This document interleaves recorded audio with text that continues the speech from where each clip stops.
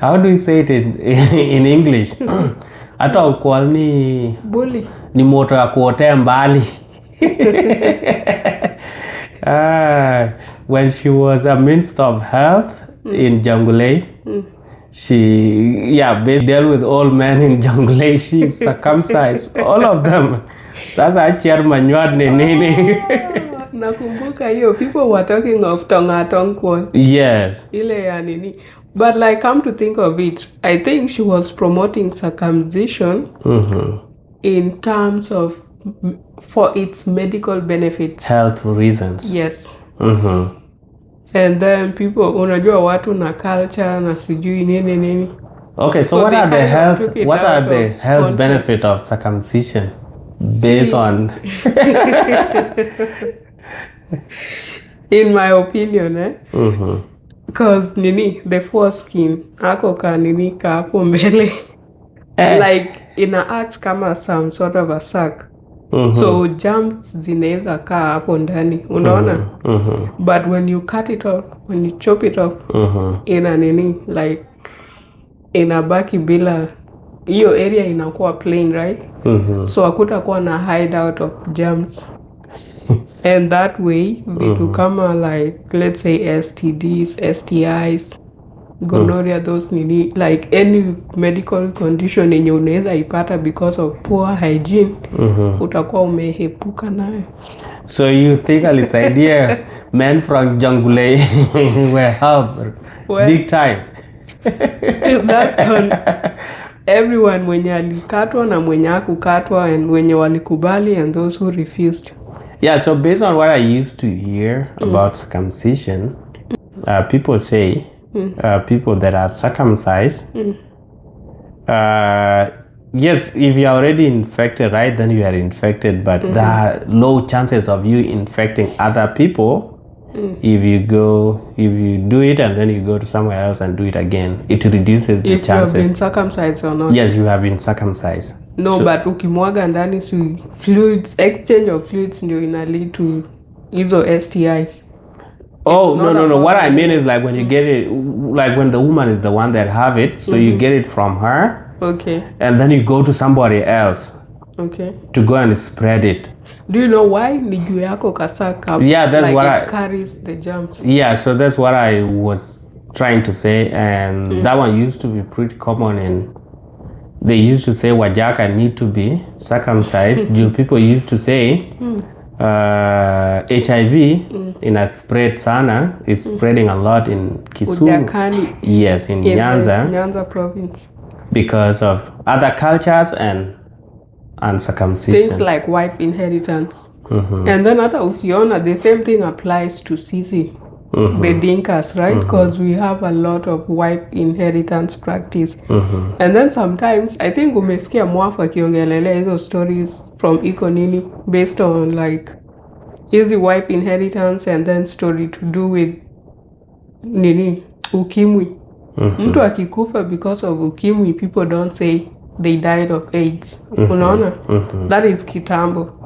And then I'm very sure even among us as the Dinkas or South Sudanese, it's very rare usikie huyu alikufa because of ukimwi and then waseme the reason of death, unless ni natural causes. So that way, sasa imagine, let's assume ni bwana ndio amekufa alikuwa na ukimwi. Obviously, si bibi ameambukizwa. More of English, please. Okay, that means maybe like, okay, if the man dies of AIDS, and then obviously the wife might be infected, right? And then sasa, people will start saying someone from within the family has to inherit her to give birth to more children. And then in that way, like if, let's say, this person mwenye analetwa is healthy, the disease can be transferred to them. And this person is probably dating multiple women, kama ni mtu hajaoa, or he has a wife or wives. So he will carry the disease from the wife mwenye may inherit to his own wives. And the same thing will spread like that. Yeah, so but I think the reason why to bring it back home, the reason why Atonkwal introduced circumcision is that people used to say that in Jonglei and Bor Town in particular, there's a high spread of HIV and AIDS. They say it's spreading a lot because of many reasons. You know, like Kitambo, long time ago, people were not used to buy it, but now they're selling it, right? So you go grab it, you go spread it somewhere. So to reduce those chances of so to reduce the chances of spread, so that's why she introduced it. It helped, it might have helped, but she was not forcing men. It was voluntary.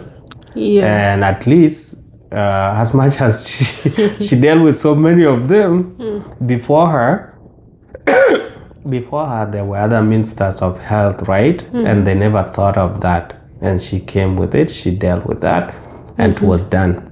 And so she started that campaign of circumcising men in Jonglei for health reason, because people said it helped reduce the spread of the STIs and especially HIV and AIDS.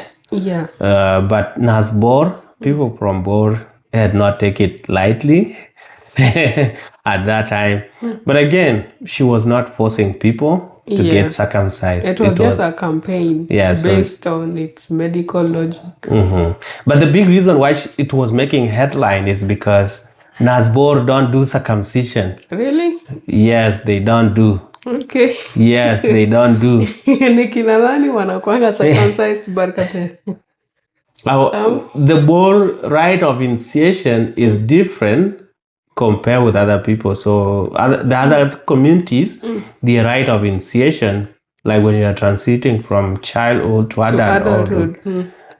Some people is circumcision, but in Bor it's not circumcision. Imagine I used to think they get circumcised and then kuna mnapakwa jivu hash kwa face and then you get drawn some things, alafu you start walking in lines, singing and all that. Where did you get those assumptions? From